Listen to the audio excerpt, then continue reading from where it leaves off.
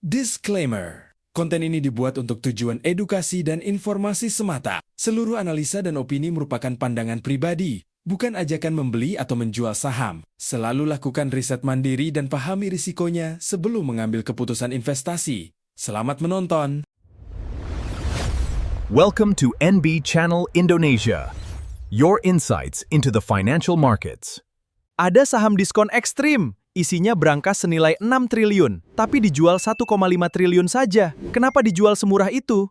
Mari kita bedah alasannya. Itulah pertanyaan yang harus kita jawab hari ini soal CFIN Clippan Finance Indonesia. PBV-nya cuma 0,25 kali. Di harga 360, kalau kamu tidak paham konteksnya, ini terlihat seperti harta karun. Tapi investor yang sudah lama di pasar tahu, yang kelihatan murah, belum tentu murah dalam artian sesungguhnya. Kita mulai dari laporan laba rugi, dan saya harus peringatkan kamu dari awal.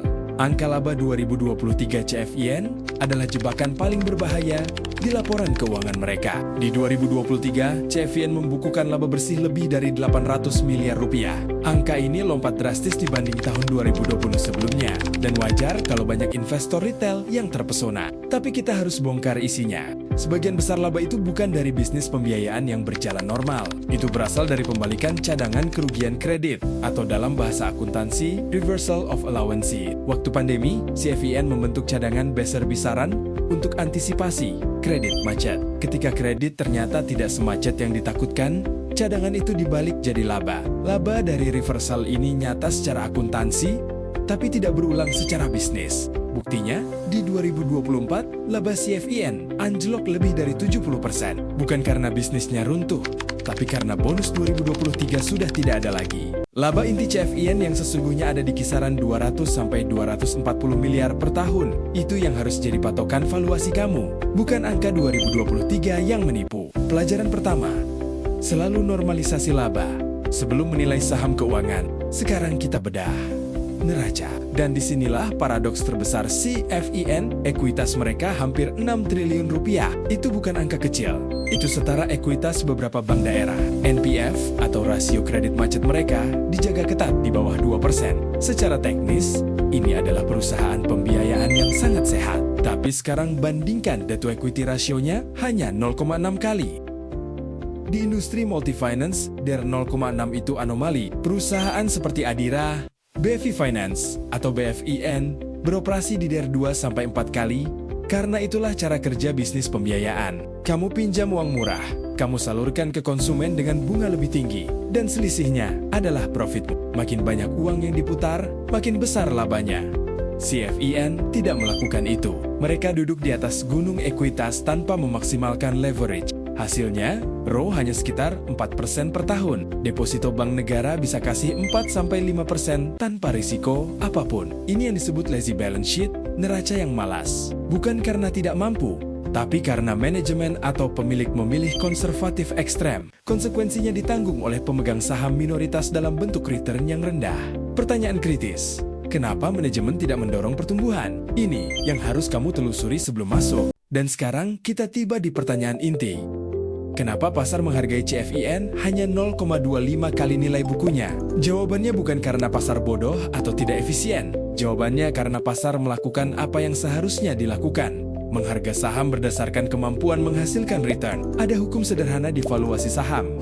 PBV wajar suatu saham itu proporsional terhadap ROE-nya dibagi cost of equity. CVN punya ROE sekitar 4%. Kalau cost of equity pasar di Indonesia kita asumsikan 10-12, maka PBV wajar CFIN secara teoritis ada di kisaran 0,33-0,4 kali. Artinya, di PBV 0,25 kali sekarang, memang ada margin of safety, tapi tidak semegah yang terlihat di permukaan. Sekarang bandingkan BFIN. ROE belasan persen, portofolio terdiversifikasi, dan manajemen yang agresif tapi terukur dalam menggunakan leverage. Wajar kalau BFIN dihargai 1-2 kali nilai buku. CFIN tidak punya keunggulan kompetitif yang signifikan di pembiayaan kendaraan. Ini segmen yang penuh pemain besar seperti Adira dan FFG RUP satu-satunya Mote. Mereka adalah akses pendanaan murah dari Bank Panin sebagai induk usaha. Itu bernilai, tapi tidak cukup untuk menggerakkan jarum ROE secara dramatis tanpa perubahan strategi. CFIN murah bukan karena diabaikan pasar. CFIN murah karena ia memang tidak menghasilkan banyak. Jadi, apa verdiknya?